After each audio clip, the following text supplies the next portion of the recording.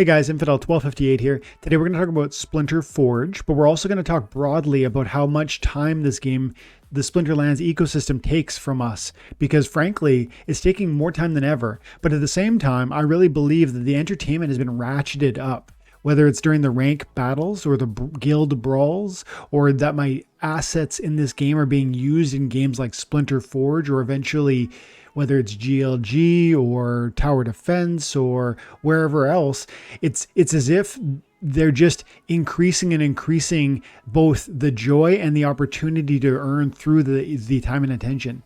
And so let's talk about that today with a focus on Splinterforge. So if that sounds interesting, I hope you'll stick around and stay tuned, like and subscribe.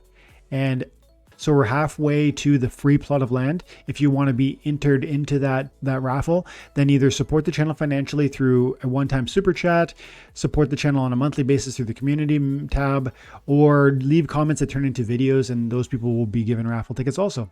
Without further ado, let's get into it. Okay guys, bye for now. Splinterforge equals free DEC. Great way to slowly build up your bags. Gathering, man. I think you've been I think you're the first voice that was heralding this opportunity. And guys, I don't think Gathering has enough support on YouTube. Like quality content, talking about Splinterforge, talking about Splinterlands, good analysis, thoughtful conversation. Just like comes to it with the Gathering the Magic mindset also, which is really important because that's a community I think we can appeal to. So if you're not following him, you should. And yeah, he's been really sharing his journey with Splinterforge, as well as Splinterlands. And he's got like the bronze level account, I think it is, that he's grinding with no input, just the $10 purchase of Splinterlands, and it's working. And so he's really, I think he's showing our community a lot of things that will ultimately help the future growth. Whether you talk about the bronze appeal and the ability to earn there, he's covering that. Whether you talk about Splinterforge and the differing utilities for the same Splinterlands assets coming from other games like Splinterforge, he's covering it. So go check him out. Great way to slowly build up your bags. Astro says, I'm struggling to get in Forge. I'm just not very interested to play. Yes, good for extra DC though. I'm falling in love with it. Gathering says, thanks for the shout out. Hope we can chat again soon. Me too, dude. I want people to know that you can earn with no investments in Splinterforge. Guys, let's pop over to Splinterforge right now. Splinterforge. I've been trying to get in here more. I was saying to, like I said, I was talking with B Jangles and Kieran yesterday, Waskell, and we were talking about it'll be out soon. It's a 2-hour podcast. We were talking about how do I feel about rank battles in Splinterlands, and do I feel it's like they know that I like the brawls. And I've been saying on this channel more often than I ever have that brawls are the new thing that really entertains me. And out of that conversation, they started to ask, okay, but how do you feel about rank battles? Like, are you still enjoying the rank game? And I thought about it because I thought about it and I was like, do I still enjoy the rank battles the same way? And I started looking at how often I'm playing the rank battle. And I'll tell you, most days, maybe not every day, but most days I play enough to get 10 chests in whatever league I'm in. And so that I'm going to say that's in the neighborhood of, 10, 15 battles. Maybe it's even, at times I'm playing my full 25%. And if you play 25% in a day, that means you played roughly 30 battles. So what's my point? Well, I actually think I'm playing rank battle more than I've ever played rank battle in the history of Splinterlands. Because remember, we used to get, in a daily reward, you get 5 chests, right? And you get 5 chests after winning 5 battles in a given Splinter. That was relatively easy to accomplish, and it didn't necessarily take 2 hours. But if I want to play 30 matches to maximally take effect of my 25% daily capture rate, then I need to probably play like even 3 minutes a game times 30 games is 90 minutes. That's an hour and a half. And I'd say that's no downtime. That's assuming your opponent submits their team quickly. That's assuming you do. That's assuming there's a relatively easy match connection. So 3 minutes is probably not accurate across 30 matches. But if you said that, it's an hour and a half. I used to play probably 5 to 10 matches and then be done with it after claiming my daily. It's just not the way it is anymore. So what I'm realizing is I'm interested in brawls in this really amazing way, but I actually love rank battles more than I've ever liked it. I'm playing more in rank battles than I ever have in 3 or 4 years of playing this game. And so I think that bodes really well for the sort of the sustained appeal of the game. Like I'm realizing for myself for the first time ever that this is now almost a full-time job. And the trick is navigating how I just don't have infinite time. So I want to do my rank battles. I need to do my guild brawls. I really want to do Splinterforge, but can I do all of those things? Land's going to come out. What's that going to do for my time? I don't know. I just don't know. It feels as though there's not enough for all of it. It's a full-time job. Up to 999 Forge is in less than a week on my naked account. That equals 74 to 75 cents for buying Splinterlands cards and building up my account. Love it. Get those 5 and come back tomorrow. I remember. Yeah. Appreciate it, dude. Astral. It definitely adds to the excitement of opening ranked chests with new reward cards you can't get on the market. I know, hey? And the multipliers. We talked about that earlier, but just seeing a multiplier the other day, my first daily reward came out with the new reward cards, and I got this guy here, and it's like 7 of the swamp spitters and 9 of the possessed puppets and 4 fire callers, 5 raven hoods. This screen almost looks like an end of season reward. Like, look at this, 540 SPS. It looks like an end of season reward, but this is a daily reward. This was 13 chests. I mean, it's wild. And you're right. It's very cool to see these cards that I can't just go, even though I want them really badly. I can't go out and buy it. So to earn this Skok or whatever it's called, Dusk Blight, is really interesting. He's got that weapons training, man. So it's exciting. Do you have the get rules box under the boss? If so, you need to go back to the boss screen and click on it. Okay, I'm going to go in Splinterforge. Yeah, so there's the get rules box, and then I can see what the rule would be for this guy at this time.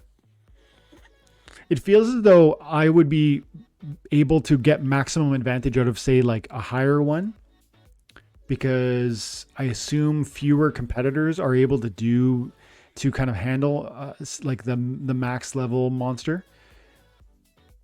He's got Magic Flick and Phase. Dude, Phase with 9 speed. Wow. Backfire with 8 speed. Yeah. No.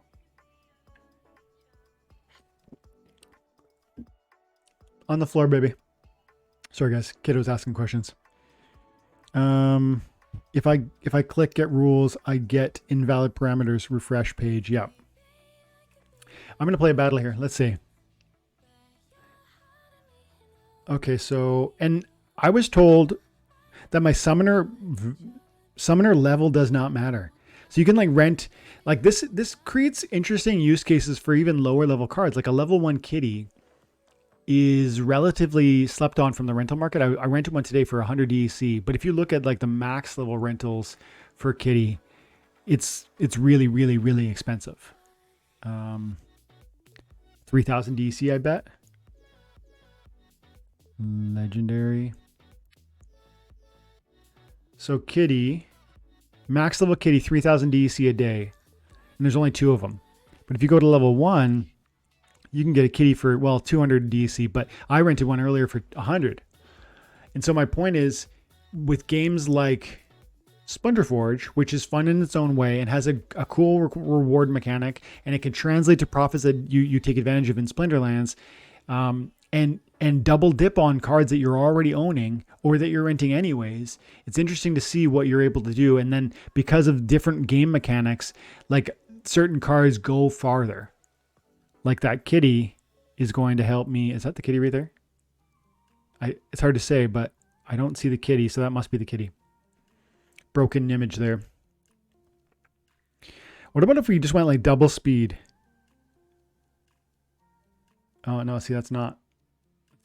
Possibilis. Where's my kitty? I don't know.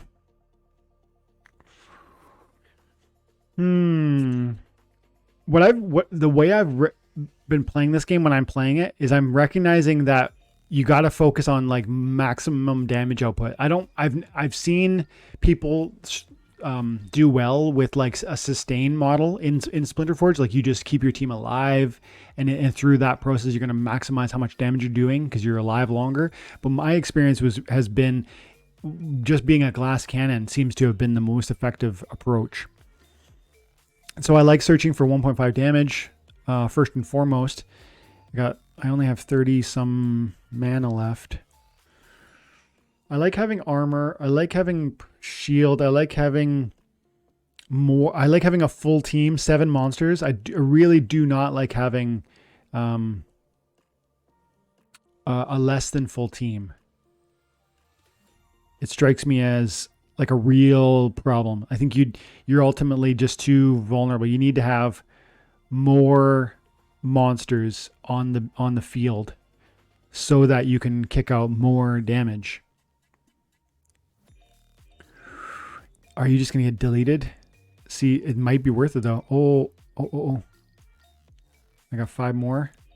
I got 2 more monsters, 5 more space. Huh. The blind could be helpful, but then I only have 1 more mana. Okay, let's go Firebolt Scav. No, let's go blind, and we'll look for a 1 mana monster. Oh, there is no 1 manas in the 1.5. So we'll go all. And then let's put out a repair and a speed, because I got lots of armor on the deck. Let's give that a shot.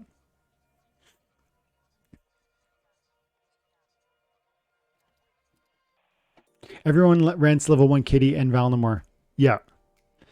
But see, isn't it cool how that's creating new usefulness? Like a different game is creating new usefulness for cards that we probably are sleeping on, because you don't necessarily want or need a Kitty or a level 1 Valnamore to succeed in bronze or even silver. So I don't know that there's a lot of appetite for that market. But then a game like this comes along and suddenly there is an appetite. That's cool. Check out the recent battles to see what others are doing. That's a good idea. Keksum. I like that name. Thanks, boys. I actually did my first battle now. Cool. Ruler of the Seas, Black Dragon, Adelaide, Spirit Miner, Nerds Ally Guardian. I don't know what Nerds means. Jin Renova, Wavesmith. Interesting. I like that. Magic. Very powerful output. Merdali Guardian, yeah, with the repair and the heal. That's a good idea. Dave, good to see you, buddy. Bree and Dave. Glad to catch you live. 12. Have been playing around with this for a bit. Seems like armor repair may be the most important thing after speed. Yeah. And then void armor maybe, hey, because the opponent does have that huge magic output also. So if you can capture that with repair and armor, void armor, then that seems might be a main play. Armor must have plus speed buffs and slow for the boss. Yeah. Last stand, your hero. Dragons did 2466. Dude, my most ever was 100 and I want to say 16 or something.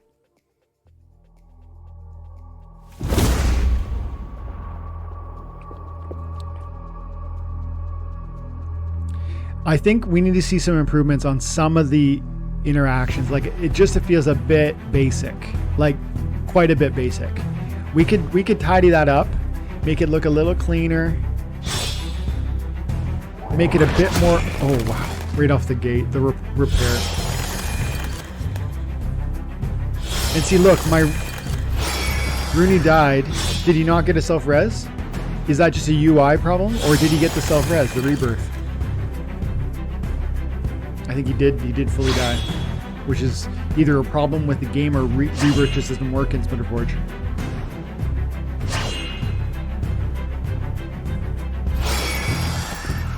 Man, he's firing bullseyes, like he's sniping dudes, like some of my mains.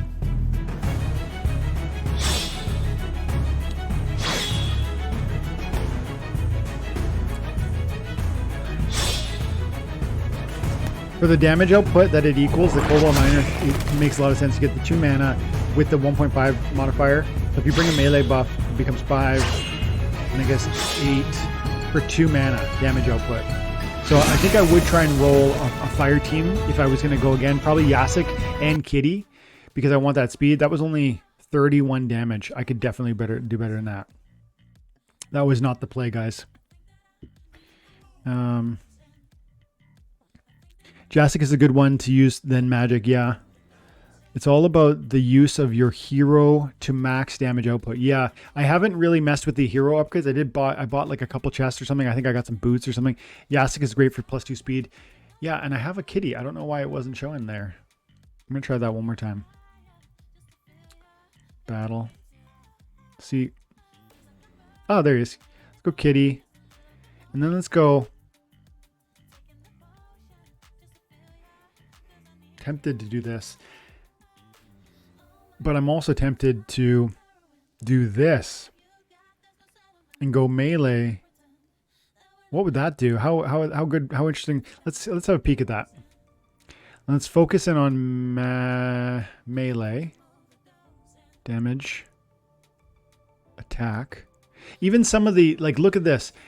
I think this needs to be tidied up. Like to say attack when we all know it's melee. You know what I mean? Like you want to like be cohesive with the community that you're appealing to. You're appealing to a Splinterlands audience. Let's make everything as tidy as possible. Eliminating distraction, confusion. One thing you could do here is just change the word attack into melee. I know it might sound picky or whatever. I just think those little things are going to help tidy up and improve the look and the feel of a game like this. Self-heal, got the thorns, got the retaliate, got the 1.5. Tempted to go here, but I only have so much mana. I got the double strike over here. We got true strike, so I definitely want the double strikers. My Dampier is too low too low, so I'm not actually going to rock that. Tempted to bring a... What would happen here? He's got a camo, so he's not going to snipe me. I'm just going to have the slow in the background. I don't know if that's may or may not be worth it. Do you have the 1.5? Give me the 1.5ers.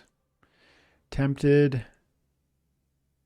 See, this is a beast of a play, but the enrage is not going to really take effect there.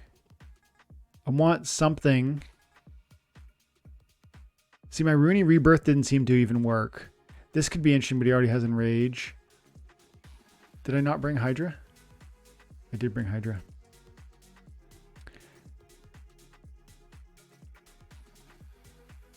I think that maybe is about all I'm going to do from the perspective of melee. Ooh, you got to bring the Alvar.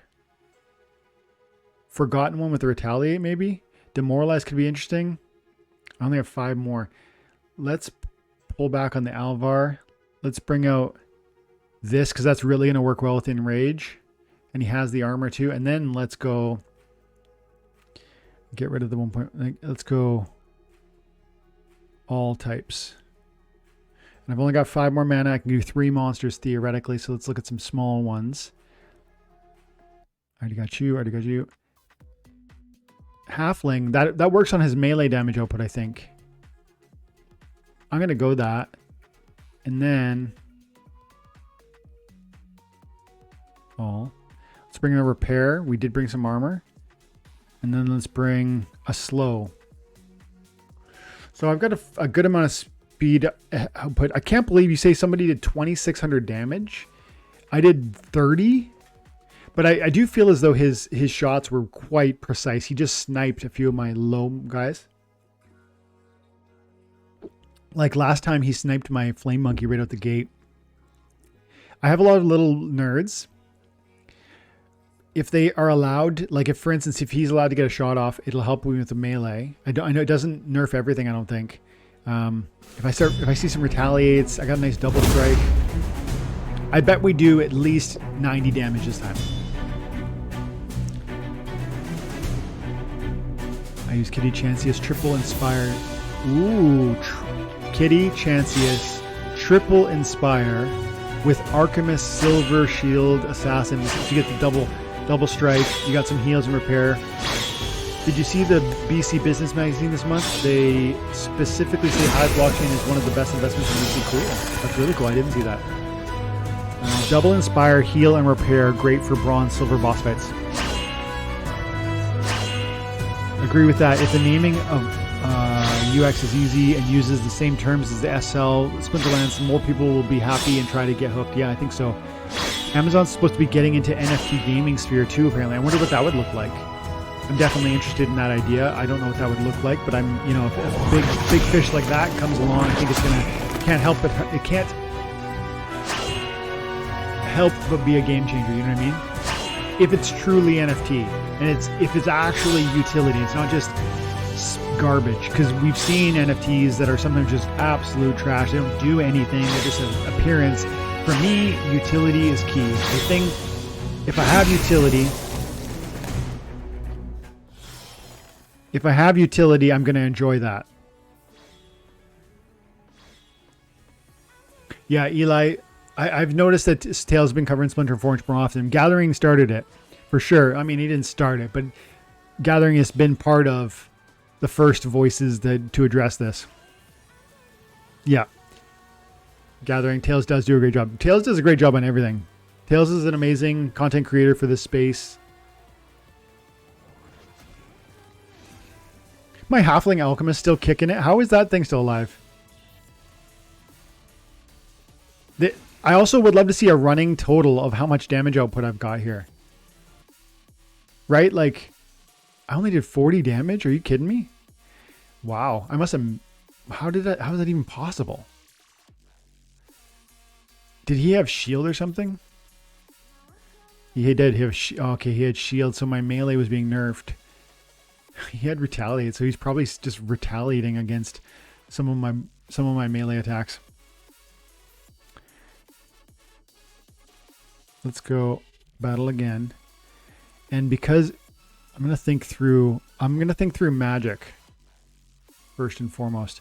So he's got retaliate. Oh, he's got void. Like he's got everything. He's got magic reflect. It feels as though archery is maybe his biggest vulnerability because, well, even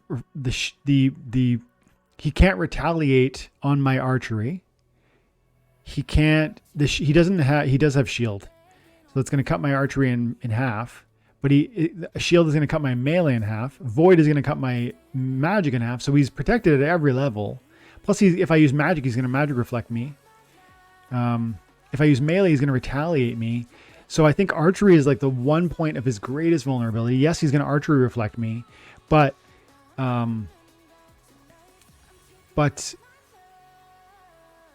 at least he's not retaliating me and archer reflecting me, right? He can't.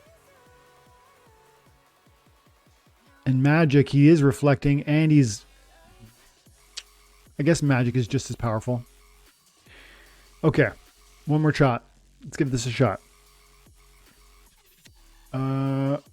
Okay. So I'm going to try and rethink. So, I mean, Kitty is obviously nice with the heal. But I think we need to buff up our damage. I think we want to bring some armor. I might bring the Wraith. You go super defensive and just like nerf. But I don't think that's enough. Like he's still got, if I nerf his magic, he's got these. But I've got repair. I think I need to bring out the white because the white team to me feels like the most repair friendly, the most armor friendly. Yeah, I could bring Peak Rider, but I think the void armor is key. So I'm going to Wraith. And then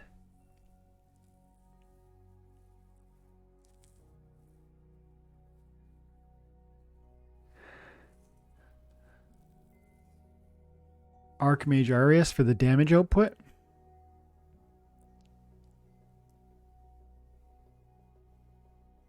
Kitty for the True Strike and the self-heal and the speed.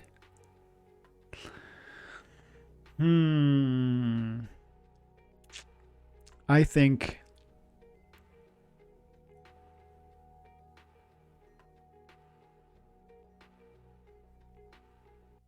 okay.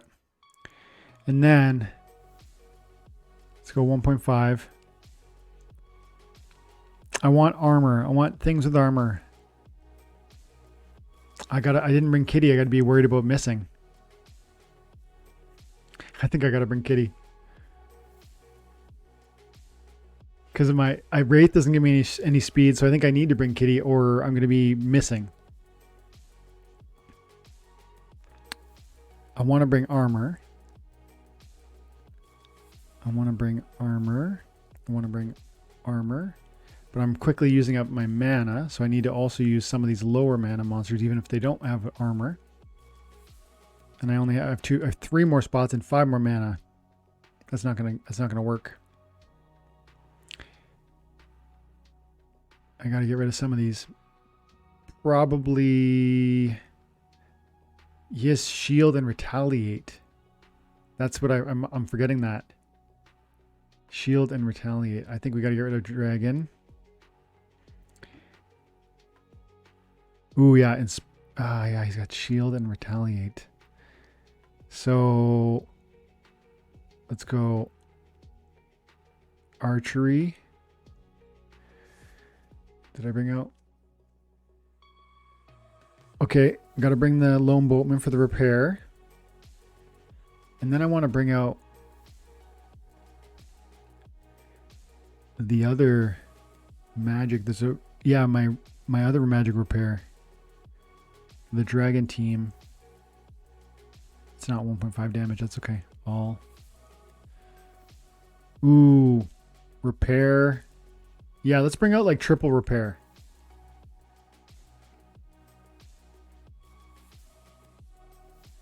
Triage could be interesting. Speed could be helpful.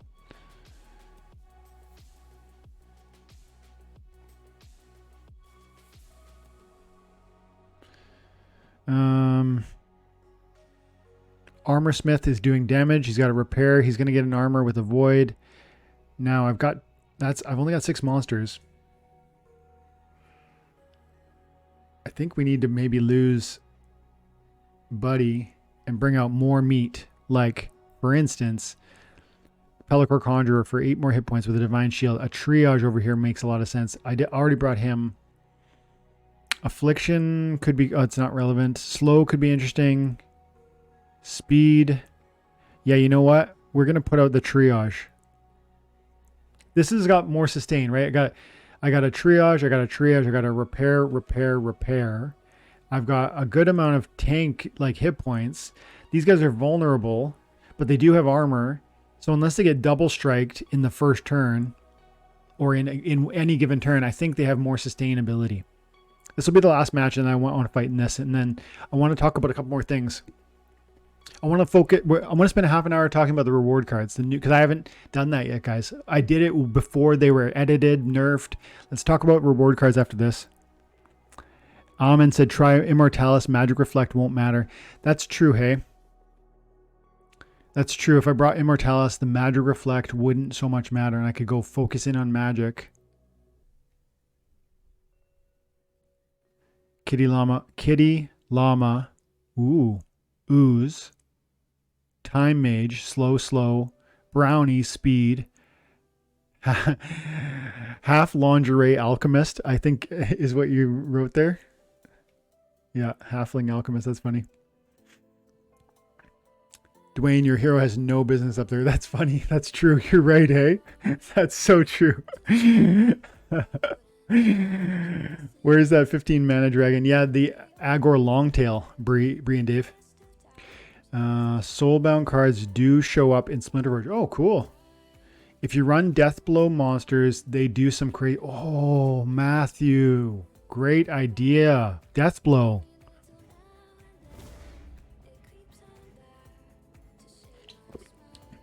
See, this is the funness. Like, the fun is that there's a whole new angle here. A totally different interface. A fresh new way to look at things. The 2 summoners is a crazy new thing. Look at the double. I mean, who cares? But like whenever he scatter shots 2 against 1 guy, it's always annoying. Because it doesn't give my repairs time to do what they need to do. I want my repair to come around and keep me up.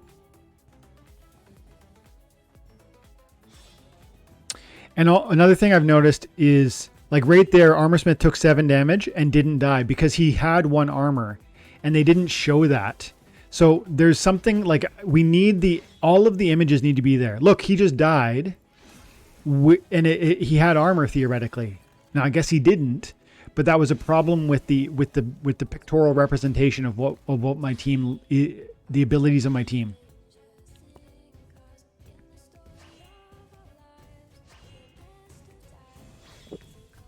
It's very confusing if my guy just suddenly dies and it looks like he shouldn't have. So he doesn't have Pierce, so if I had an armor, even 1 armor, it should have stopped the attack. Unless it was a magic, maybe I'm wrong. But also when the attacks happen, like what the attack image looks very confusing. Like they don't use this magic attack when it's in a magic attack. They use their own like proprietary magic logo. I think that's, again, a cohesiveness with the Splinterlands game that is a problem. Like, you need to use this metal gear to indicate melee. You need to use this magic cloud to indicate magic. You need to use the archery target to indicate archery. And through that, you would so much more quickly just grab the mind of a Splinterlands player. And you would convey to me what you want to convey to me.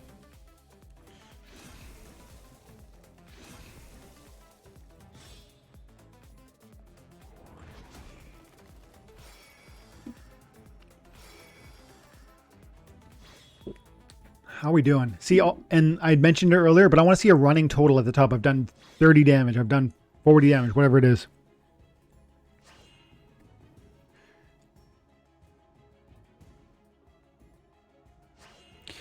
Kitty just healed my Conjurer, and I didn't see the increase in its hit points. Very confusing.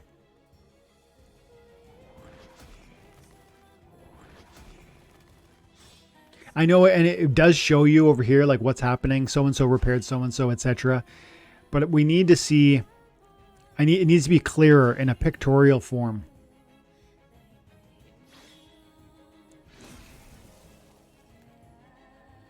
Yeah, I definitely need to get my hero up. Joffrey, I'm just getting going in this. Like I've played probably 3 or 4 days in a row. Not in a row. I played 3 or 4 days of like substantial play. And so I'm just getting started. Visuals are a bit wonky. Even if you made it swords, arrows, and wands, we would give the drift. Jarvie, good to see you, buddy. Thanks for popping by. We're talking about Splinterlands. We're talking about, look, 58 points. That was my better one. See, the armor from the triple repair and the Wraith Void armor really helped. Still, this is a far cry from like the higher, like Gathering was saying somebody did 2,600 damage or something.